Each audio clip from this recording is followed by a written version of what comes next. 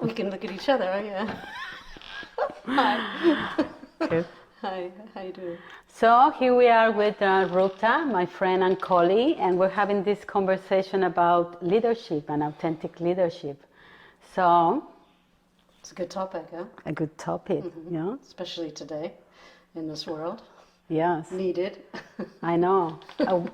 With a lot of uncertainty, and it's really challenging what's leadership right now. So I'm curious to see, what do you think about leadership, authentic leadership, hard leadership today? I mean, there's a lot of qualities. I think it has to be a very embodied leadership. It's not just a concept. It's just like, really, we need to really be here. Huh?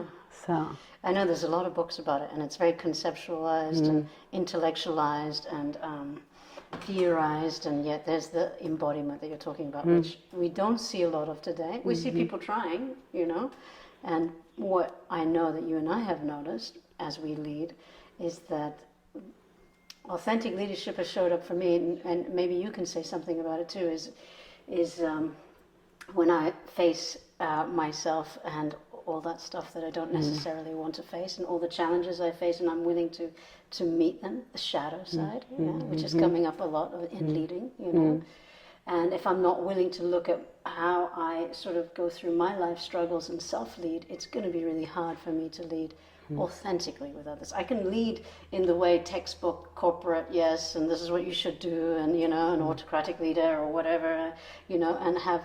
But now it's changing so much with the millennials, and they want more heart-centered leading. They want people to feel them. They want to be felt. They want connection. They want, purpose, meaningful companies, and so I think part of it in really authentic leading is doing the inner homework. I mean, how have you experienced it? Yeah, no, I feel like it really touches me, especially because we're so isolated right now.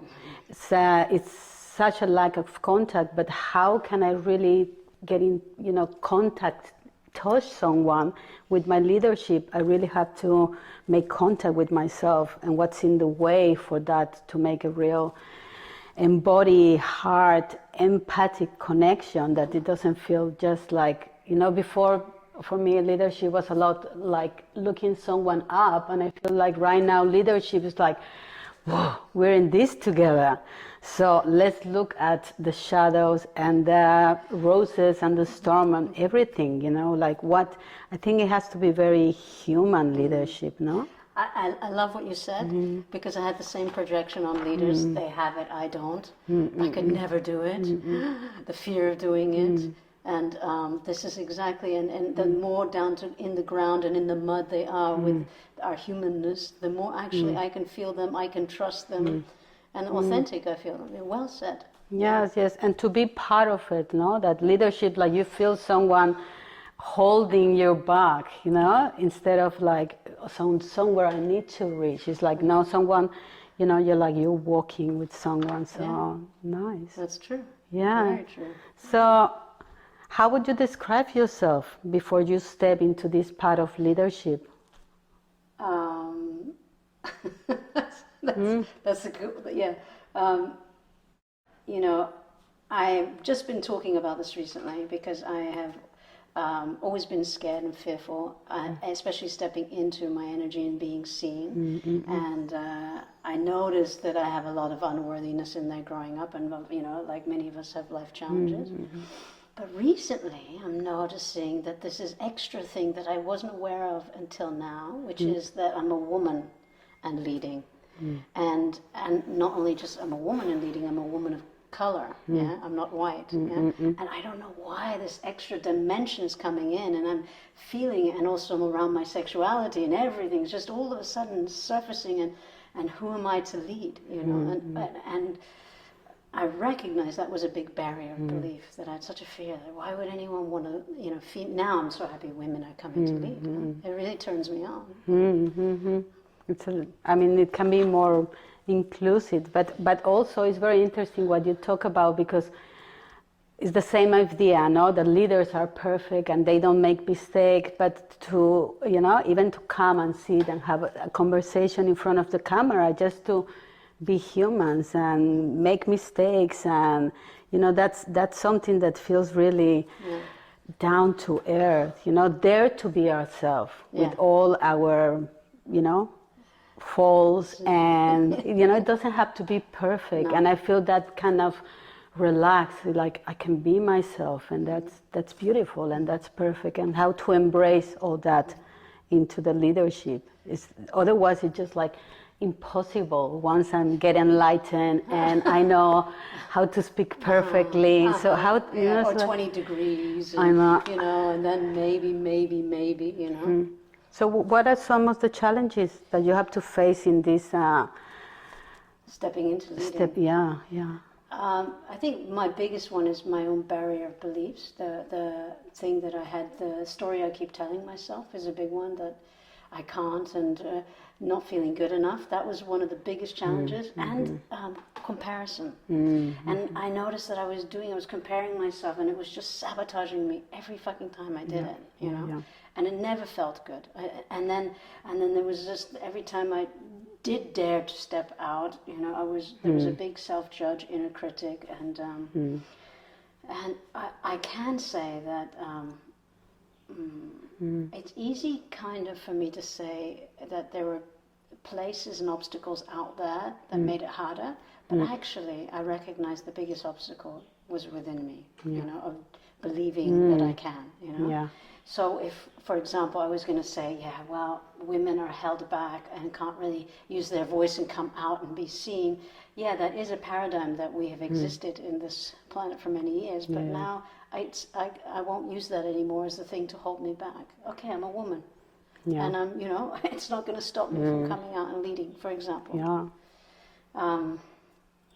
So the barrier of beliefs that I have running in my head was probably the biggest challenges. What about you? No, it's very interesting because it's true. When I, just by listening your story, it feels like I feel like I have a lot of support to go. It's like, yes, go and step into the leadership. And it was almost my own inner feeling of like, I'm not good enough.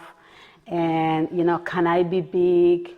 Can I be, especially being so small, can I just be in the room and take it? And it's okay just to be myself and create my own way of leadership because it's true, if you compare or you try to be like someone, it's just funny. It's like, no?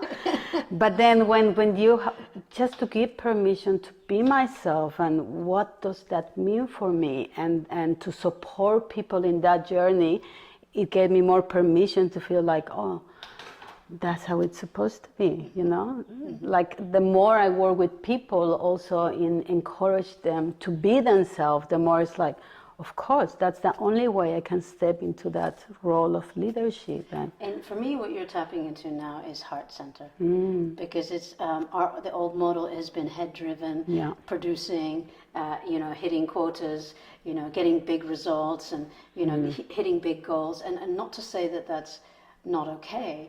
What we have missed, though, it seems like we function from this part and not from this part down. And thankfully, that's changing. And I know, because you and I work in the field of leading, that this part is where the empathy lives, the compassion lives, the acceptance lives, forgiveness lives, gratitude lives. And immediately as you started talking, it was almost like your whole body was leaning into with that place. And then our humanness is okay. There's nothing to prove. Yes. And to compare to what? It almost seems ridiculous. Yes. I really want people to get that, because it's the big barrier of comparison today, and I feel that's something that is very particular from our work, and I feel like a mother. The more you love someone and the more you just say yes with everything that it brings, the more the person is like, just want to be seen and show up, just like its own leader. It's like shiny, and it's like ready to shine, So I feel like love is a big part, like completely acceptance of who we are, you know. Can you imagine if we brought love into the corporate world? More love. I mean, people might get excited to go to work. People would have deeper connections. Yeah. A lot of people just dread going to work, or feel unhappy or depressed or anxiety, and on and on and on and on. Take a pill not to feel, you know. And then if you change the environment of where you work based on how whoever's leading has a big influence in helping that environment shift. You know? Incredible, yeah. So anyone watching, don't be fooled. If you're leading or wanting to step into leading, you have an amazing possibility to shift the environment that, you know, based on how you lead.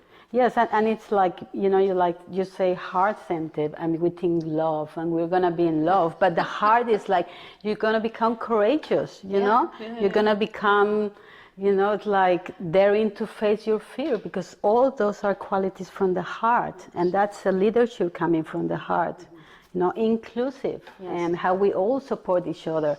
It comes from the heart, so it's not like, you know, lovey at all. It's just like fearless, because the heart is very adventurous and fearless, and passionate, and alive. Yeah, because the other version can be like competitive. I want to get that job. I want to get the new raise from the boss, or I want to be more in it. And then we get into the torment of what is John doing and what is Sarah doing, and you know. And then we're not in relaxation, and we're not even really working, and we're not in inclusivity, as you say. And actually, then it's no joy. Yes, it's like beautiful. So that brings me to the other question. It's like, what valuable lessons you have learned through all these going through challenges and stepping into leading, essentially. Yes. You know, I think you can relate to this. The biggest one that I got when I crossed the threshold of stepping into leading was empowerment. I found my voice. I found my sort of feeling of I have a right to be here. I found the feeling of what I have to say matters.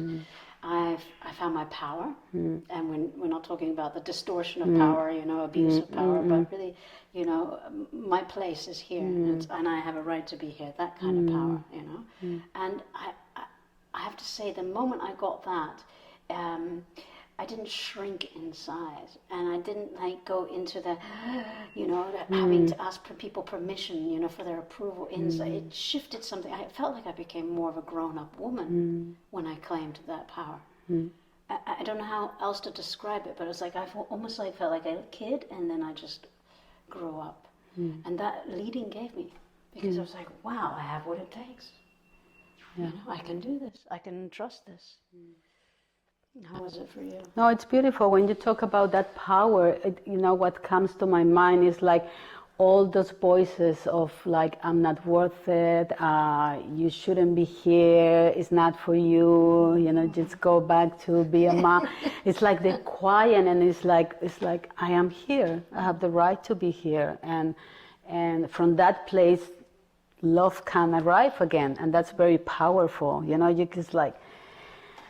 just want to support, you just want to bring everybody with you, instead of that, you know, when you feel like you have to compete, so that's a big one. And to function from that place of where I feel permission to be here, and I feel empowered, I'm also able to set very clean boundaries. No, it's not okay, and I know a lot of people have you know, big issues with boundaries, even just to say no, I don't want to come, or no, I'm not showing up today, or whatever it might be. That's a big one, because our natural response for many people is to say yes and make it right for the other. And that was another thing that I really loved in stepping into the sort of, it's okay to say no. It's okay not to, and also in how you lead from that place. Then I'm not leading from a fear place and trying to get it right for everybody, and then, you know, I'm more relaxed presence, relaxed confidence, relaxed state of being.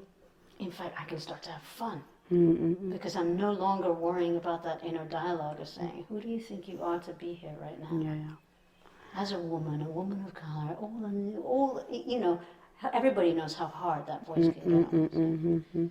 No, I'm thinking about the challenge also. It's like, at the beginning they look like challenge, but then the more you go into it, they become an adventure, no? Because I think you really have to walk your talk.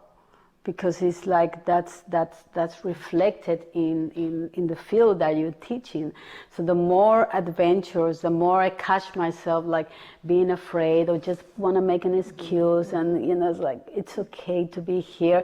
The more I say like, okay, I really need to walk my talk, and that's been a challenge, but that's been a gift because it helped me to grow. You know, like what about I'm supporting people to go and dare to live their life, and then suddenly I'm scared to change something in my life. So that's it's always like, oh.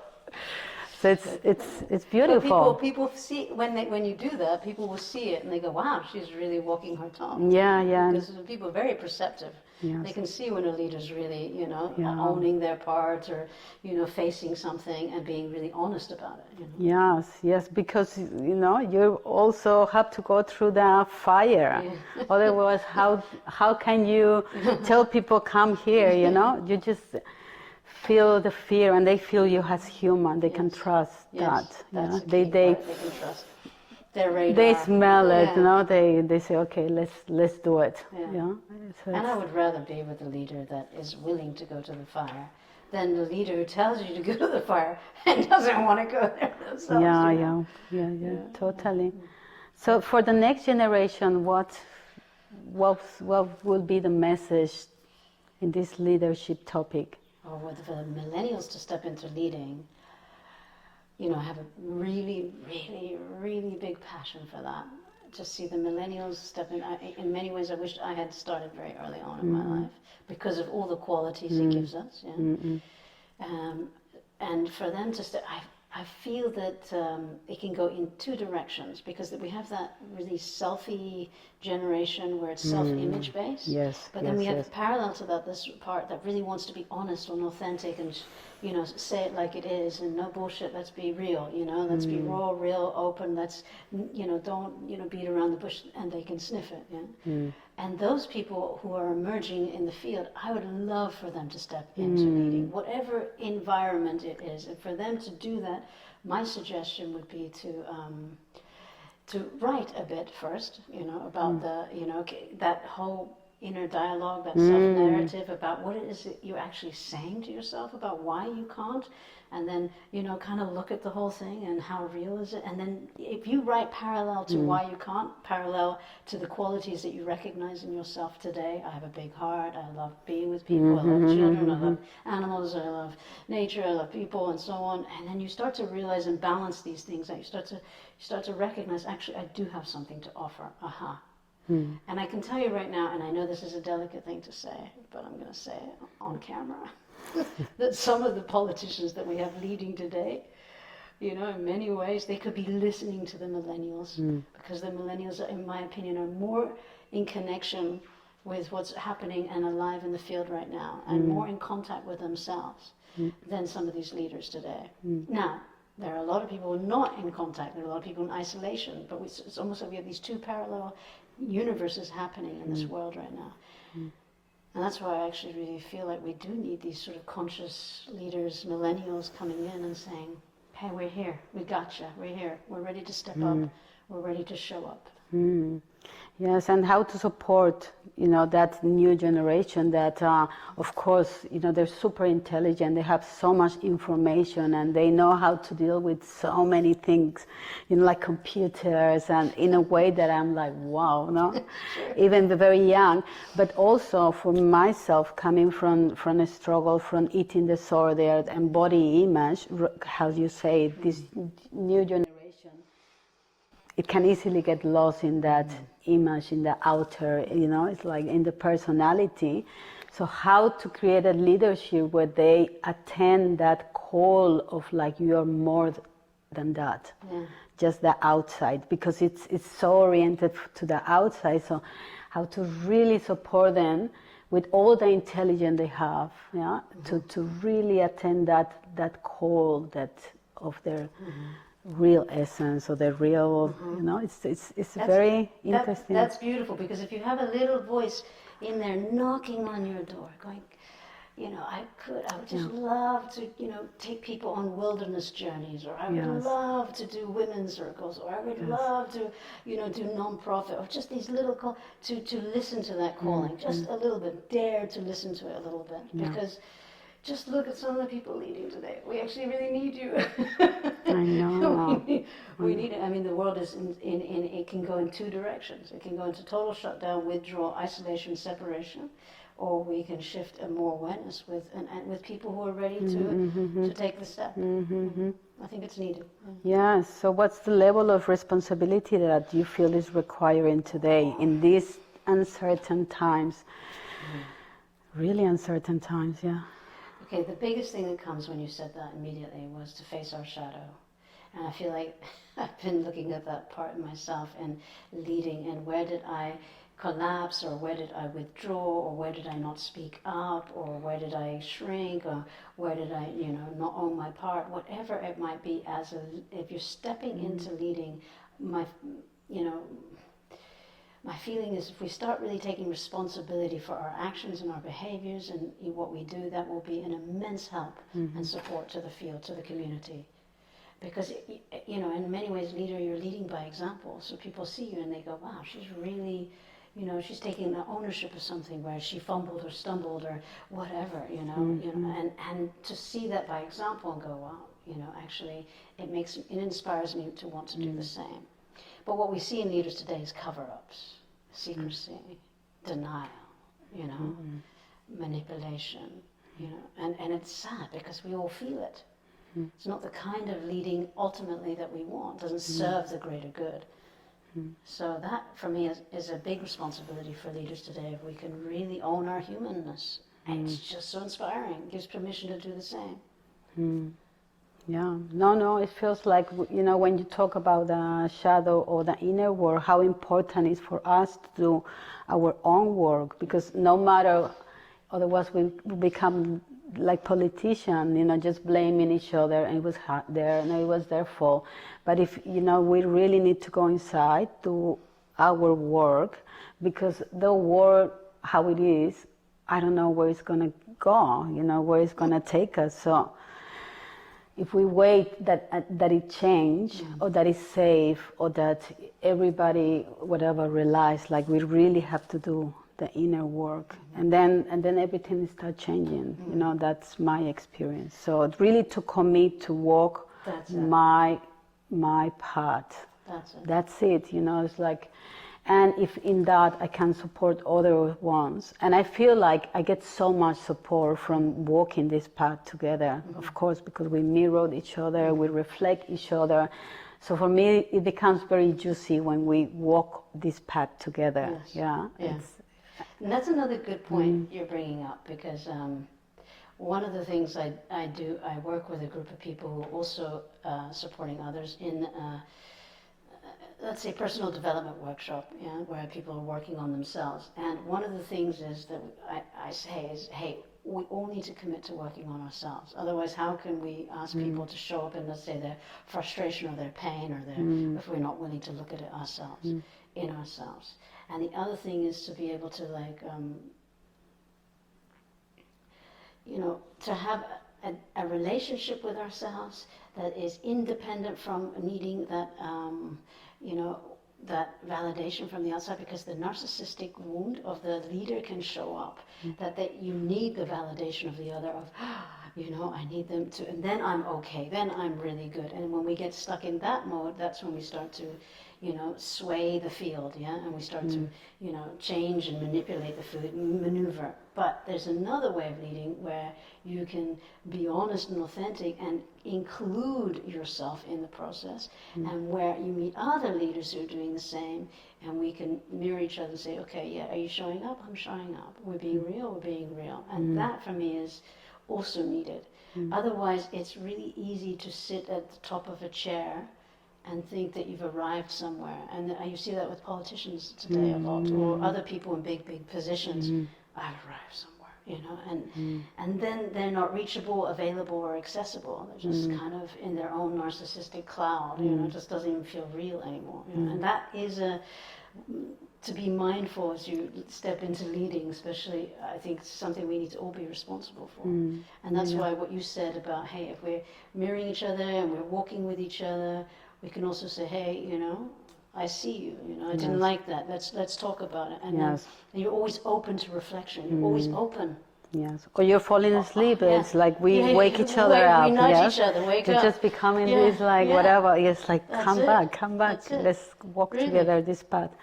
Yes, but also I feel it's important to do your own work, because otherwise, if you're working with someone that brings a big pain, if you haven't gone there, or big anger, or big hatred, or big emotions, that's why it's so easy just to medicate instead of like, I've been there, let's go there together, it's okay. Yes. You know, it's like, otherwise become very uncomfortable when someone really is showing the pain or the darker side, instead of like, great, let's have a look, you know, I want to have a look, or I've been there. So no, it's so important that to do the work, otherwise it's just like, you know. Yeah. And I want to just say, to add to this, regardless if you're working therapeutically with people, I noticed that, because I had a few people coming through my Tools for Life leader training in Europe, and they're in the corporate world. But when they were working in the training, because you of course have exercises and you work with individuals and the group dynamics, and women started crying and becoming vulnerable. And these men didn't know what to do, you know. They became insecure. You know, and what was beautiful was that they were keeping it real. It was being honest, you know. We're so used to, don't cry, please don't cry, don't show a feeling other than the happy side of feelings, you know. And this time everybody could be more honest with each other. By the end of that training, those men were just able to really be with the women, and even a few men where tears would come, or their vulnerability would come, or their, you know, talking about their fear and anxiety. They could hold it without trying to, you know. Yes.